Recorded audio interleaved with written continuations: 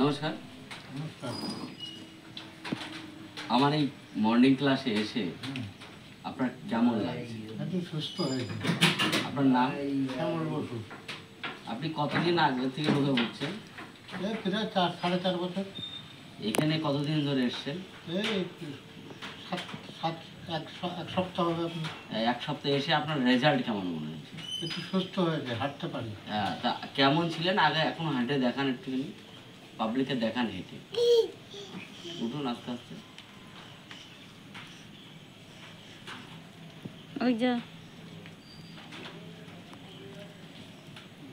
বসুন বসুন বসুন।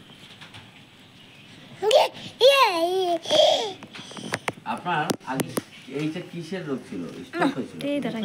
স্ট্রোক হয়েছিল। 1 মিনিটের বেশি করুন। 1 মিনিট হয়নি। স্ট্রোকের জন্য। স্ট্রোকের জন্য হয়ে গেছে 1 মিনিট 2